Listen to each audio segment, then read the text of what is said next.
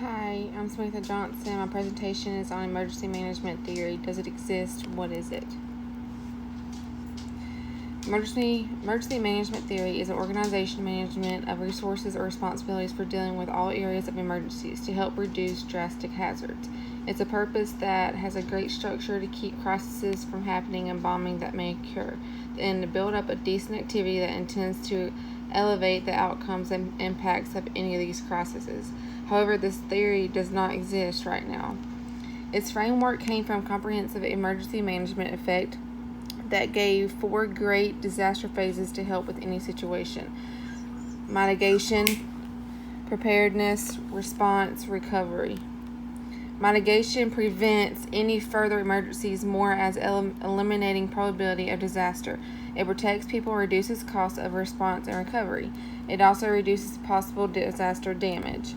Preparedness has a better likelihood of helping prepare disaster response teams, operations, or recognizing the faculty, preparing and hardware required for a wide scope of potential episodes, and creating designs for conveying capacities when required for an occurrence. It also develops plans for what's the next step and what is to come. In the response phase, activities and actions taken to provide assistance to casualties, providing safety. It reduces chance of secondary damage from happening due to the disaster. It also prepares search and rescue missions and talks to victims about food safety and how to help take the necessary precautions to keep their family belongings safe. In the recovery phase, it avoids or diminishes pressure-related concerns. It helps rebuild harmed structures dependent on cutting-edge learning acquired from the first disaster. Barriers to theoretical development of emergency management has 10 steps. Ask yourself, what is a disaster? Acts of God, physical hazards, social events. Number 2, emergency management is what exactly? It has 3 problems. Scholars want to know what disasters are. Primary focus is to help them limit to first responders, and it seems that we have full control to deal with occurrences than we are known to see in disasters. Number 3 is hazards or concerns. Cold War, 3 Mile Island, Midwest flooding and Northridge earthquake, and today modern terrorism. Questioning whether there should be a preference to the concept of hazards. Attention was drawn to the physical nature of disasters. We don't have the ability, however, to choose what our vulnerability would be to a hazard. And another thing, it's hard to control hazards and possibly impossible to do so. Number 5, variables do you explore when it comes to academic research? Dangerous areas, poor communication, lack of cautioning, and improper development. Number 6, deciding what actors to incorporate into the studies. They have to be acknowledgeable or acknowledged by local, state, or federal officials in the government that associate with businesses and nonprofit agencies to help disasters from occurring.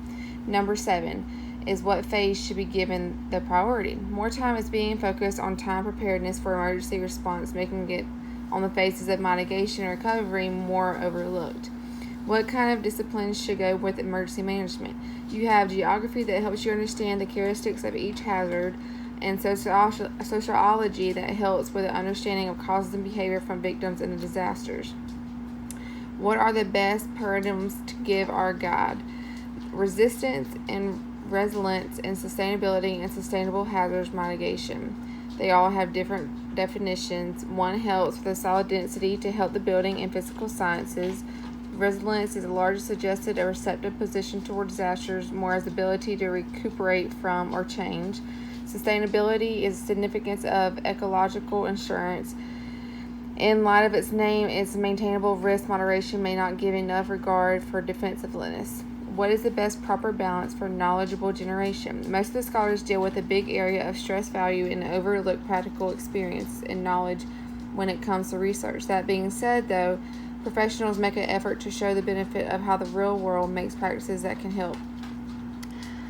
What it should include is being able to conserve the findings of prior research done in the field, continue the process of finding an accurate definition for disasters, seek an optional replacement name for the field of emergency management, must be able to tell what kind of hazards they are, whether they're natural, civil, or technological, worth using the CHAOS system to help with the understanding of disaster phenomena,